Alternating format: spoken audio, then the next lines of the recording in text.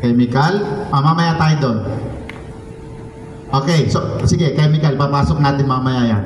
So kanina, nagtanong ako regarding doon sa waste materials natin o sa mga basura natin. Sabi ni ma'am, so kinukuha yon kapag medyo marami na, tinatawagan lang si private hauler para i-pick up. So maganda po yan. At saka, ayan, tama yan, nakaayos, no? Naka-plastic, nakasako, whatsoever. So another, yung pong ating mga, sabi nga yung chemicals, may chemicals po ba dito? Pintura, ano pa po? Aside from paint na chemical dito, sir, wala na, paint lang kasi yun lang gagawin nyo, protection sa bakal, no? Saan po nakalagay? Siyempre, sir, warehouse eh. Where is the warehouse of the paint? Sa loob. Okay, so specifically, yung po bang warehouse, ano yung mga malapit na mga pwedeng pagsimulan ng apoy? Electrical. Malayo po ba siya sa server or sa pinaka-circuit breaker ninyo?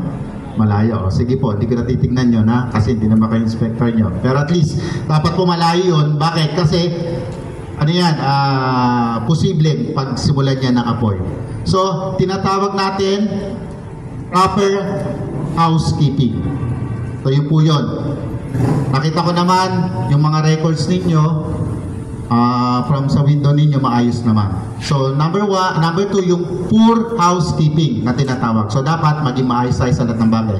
Pangatlo, allowed po ba dito yung paninigarilyo? Sino yung naninigarilyo dito? Umamin ka na, may 100 ka.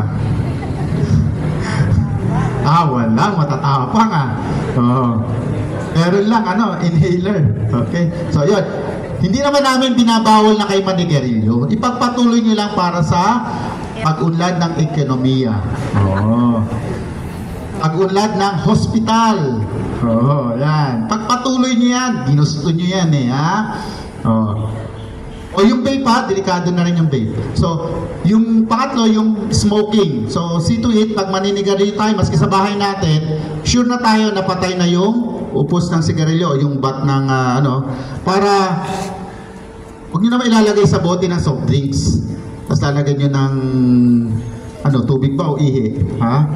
Tapos iinom kayo ng soft drinks. Wow, sarap. Coke, Zero, yan.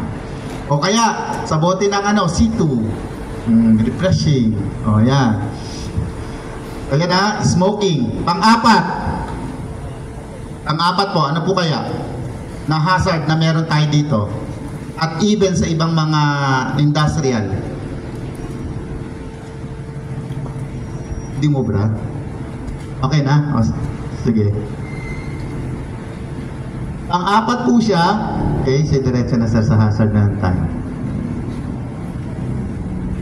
Kasi mas mabilis yung hindi sinasabi ko. Okay, so pang-apat yung means of egress problem. Meron tayong ano ba yung sinasabi nating egress?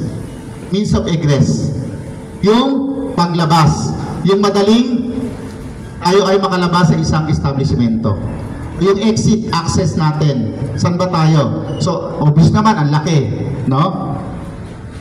Dalawa pa. Which is the mandatory, dapat dalawa. Isang entrance, isang exit. No? Ano pa? Dapat po, free from any obstruction. Which I do believe, wala naman talagang nakalagay sa inyong ganyan. No? So, problems in means of egress. Kung may problem,